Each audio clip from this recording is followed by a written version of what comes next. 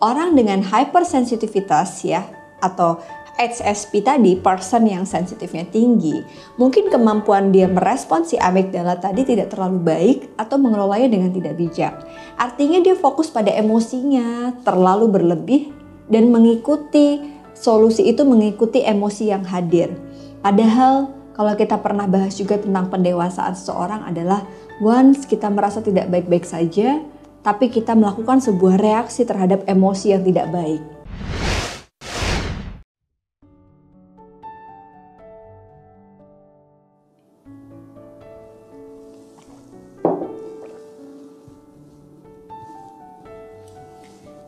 Pernah gak sih kamu ngerasain kayak otak kita itu posisinya diisi dengan pikiran-pikiran merasa bersalah? Kadang sampai nih ya, kita gak bisa tidur atau mungkin menjalankan aktivitas seperti biasanya karena terbebani rasa bersalah yang berlebihan itu. Padahal cuma masalah sepele, gara-gara lupa minta tolong, lupa bilang makasih, atau pekerjaan yang sifatnya itu kesalahan yang tidak sengaja seperti typo, lupa mengerjakan, melewati deadline. Tapi rasa bersalah itu sepanjang hari sampai membuat kita berfungsi menjadi manusia yang tidak seperti biasanya. Lemes, ngerasa nggak energi. Terus kayak ini tuh terjadi sepanjang hari gitu. Tapi ada orang yang biasa aja dan bahkan tidak merasa bersalah sedikit pun.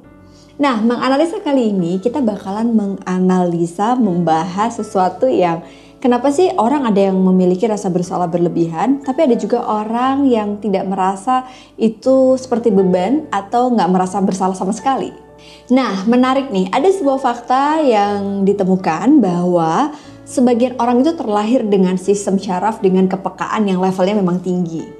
Dalam psikologi, istilah ini dikenal dengan hypersensitive person atau HSP, di mana mereka adalah orang-orang yang sangat sensitif. Kemudian stimulus kecil itu dianggap menjadi sesuatu yang berlebihan. Bahkan rasa sakit hati atau sedih ini membuat mereka sampai nggak enak buat ngomong sama lawan bicaranya. Dan bahkan beberapa menggunakan cara agresif atau bicara dengan nada yang tinggi. Orang dengan sensitivitas yang tinggi ini cenderung terlihat emosional nih. Sehingga ciri-ciri yang paling menonjol pada HSP ini adalah kalau nonton film, biasanya orang-orang ini akan cenderung terbawa suasana, entah menangis, ikut kesel, atau bahkan pengen melabrak si pemain yang ada atau pemeran yang ada di film tersebut. Hayo, siapa nih yang kalau nonton drakor rasanya pengen banget ketemu dan menjambak si pelakor yang ada di film itu? Nah, ternyata istilah ini disebut dengan HSP itu bukan sebuah tanda-tanda atau termasuk klasifikasi dalam gangguan mental. Jadi orang yang sangat sensitif ini tuh bukan termasuk penyakit mental atau disebut dengan mental disorder. Tapi mereka yang terlahir dengan sensitivitas yang tinggi ini cenderung ketidakmampuan mengelola emosinya dengan baik, sehingga inilah yang membuat mereka berlebih merespon sesuatu. Sebenarnya menjadi orang yang sensitif seperti ini tuh ada manfaatnya loh. Bisa dibayangkan nih, karena tingkat empati dan kepedulian yang tinggi, orang-orang seperti HSP ini tuh akan menjadi sosok yang mendengarkan cerita orang lain dengan empati, kemudian dia juga akan mendengarkan dengan baik, dan sebagai lawan bicara biasanya orang-orang ini tuh betul-betul bisa tahu apa yang dirasakan oleh lawan bicaranya. Coba teman-teman lihat, di sekeliling kita adakah orang dengan tipikal seperti ini yang memang kalau ngobrol atau curhat sama dia tuh enak banget gitu, karena orangnya tuh begitu peka, empatik, dan memahami banget apa yang kita rasakan meskipun dia nggak ada di posisi yang sama. Tapi tahu nggak sih, orang-orang seperti ini tuh cenderung memiliki sensitivitas yang lebih tinggi. Artinya ketika dia menghadapi masalah yang serupa atau masalah berat dalam hidupnya, tidak sedikit atau cukup banyak orang yang ada di kondisi tersebut itu juga sebenarnya sensitif terhadap masalah pribadi.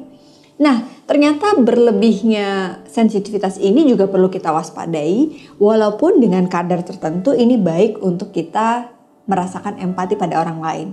Nah, kalau ini berlebihan sampai membuat orang tersebut itu menjadikan permasalahan yang sebenarnya sepele bisa diatasi dengan simple, itu mengganggu produktivitasnya atau menjadi beban hidup yang berat banget nih. Oke, apa yang harus kita lakukan teman-teman? Pertama, tentukanlah prioritas. Untuk menghindari hal tersebut atas sensitivitas kita yang terlalu berlebihan, sebenarnya perlu loh membuat circle seperti yang udah pernah aku bahas di episode berdamai sama diri sendiri yang waktu itu aku nggak nyangka ya, aku syuting itu menjelang mau ke airport itu di salah satu hotel yang ada di Bandara Halim, terus itu video sampai 1 juta orang nonton dan banyak yang bilang relate sama kondisi mereka. Dimana kita tuh juga bisa menentukan priority atau circle, mana sih orang yang perlu kita pikirkan, apa yang mereka omongin yang bisa kita bawa ke hati gitu ya. Mana yang sebenarnya nggak perlu kita take it personally gitu, yang sampai membuat kita menjadi sensitif. Nah, menentukan prioritas ini juga tidak hanya tentang people atau circle kita, tapi prioritas tentang mana yang perlu kita pikirin banget, things yang mungkin terkait sama pekerjaan, relasi personal kita dengan orang yang kita sayang, atau sebenarnya sesuatu yang sebenarnya nggak penting gitu, ada di luar circle atau di luar sesuatu yang itu adalah hal yang sebenarnya bisa kita taruh dulu masalahnya. Selain menentukan prioritas, ternyata kita bisa melakukan hal-hal lain nih teman-teman. Apa aja sih? Jadi kita juga bisa fokus pada solusi. Walaupun pada saat kita menyadari ini adalah bagian terpenting sebelum kita menemukan solusi. Boleh, manusia itu kan dikendalikan oleh sebuah limbik otak yang disebut dengan amigdala ya. Aku udah sering banget menyebutkan ini. Dan si amigdala ini tuh akan merespon emosi kita. Jadi wajar kalau kita tuh punya sensitivitas yang tinggi karena apa yang kita lihat secara visual itu akan ditangkap si amigdala tadi kemudian disebarkan kepada fungsi korteks yang lain. Dan inilah bedanya orang dengan hypersensitivitas ya atau HSP tadi, person yang sensitifnya tinggi. Mungkin kemampuan dia merespon si amigdala tadi tidak terlalu baik atau mengelolanya dengan tidak bijak. Artinya dia fokus pada emosinya terlalu berlebih dan mengikuti solusi itu mengikuti emosi yang hadir. Padahal kalau kita pernah bahas juga tentang pendewasaan seseorang adalah once kita merasa tidak baik-baik saja, tapi kita melakukan sebuah reaksi terhadap emosi yang tidak baik. Jadi teman-teman, kalau kita fokus pada solusi, aware dulu sama emosi yang hadir. Setelah aware, kita nggak perlu berlarut-larut. Cepat-cepat aja turning into solusinya apa sih? Dan meskipun solusi itu nggak bisa langsung datang gitu ya, karena kalau kita semakin berpikir how to fix that problem, artinya justru ini yang membuat kita semakin cemas. Fokus pada solusi ini tidak harus selesai hari itu juga, tapi pelan-pelan bertahap kita melakukan improvement atau satu proses untuk menuju penyelesaian masalah yang sedang kita hadapi. Tenang aja, gak ada masalah di dunia ini satupun yang tidak ada penyelesaiannya. Kalaupun kita sedang berada dalam kesulitan yang memang belum kita temukan apa jawabannya, itu adalah satu proses membuat kita semakin lebih baik kan ke depannya. Jadi investasi ini perlu kita hayati sebagai sebuah hal yang akan membuat kita lebih bijak. Dengan seperti itu kita nggak perlu baper-baper amat atau sensitif berlebihan. Boleh kita sedang ada dalam episode itu. Tapi ternyata teman-teman, orang-orang dengan hypersensitivitas ini dia akan ada pada situasi relasi yang tidak menyenangkan. Biasanya mereka akan jadi sulit untuk punya hubungan interpersonal kepada pasangannya, kepada teman-temannya, dan orang-orang yang sensitif banget ini tuh biasanya akan sulit untuk bisa menemukan orang yang cocok dengan mereka. Nah, apa yang bisa kita lakukan teman-teman? Fokus dengan apa yang bisa kita kendalikan itu adalah bagian dari kita merespon emosi kita. Artinya seringkali tuh kita pusing sama sikap orang lain, ya kan? Tapi coba deh kalau kita pikirkan lagi, emang bisa kita mengubah orang lain? Don't try to fix them. Jangan pernah deh mau mengatur orang ini harusnya ngomong apa. Ini dari mulutnya ini banget, ceplas-ceplos banget, kayak gak ngerti perasaan kita.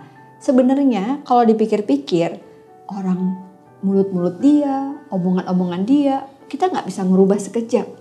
Tapi respon kita terhadap omongan mereka, itulah yang bisa kita sebut dengan cara kita mendewasakan diri. So, it's okay teman-teman kalau teman-teman sekarang sedang dalam kondisi sensitif.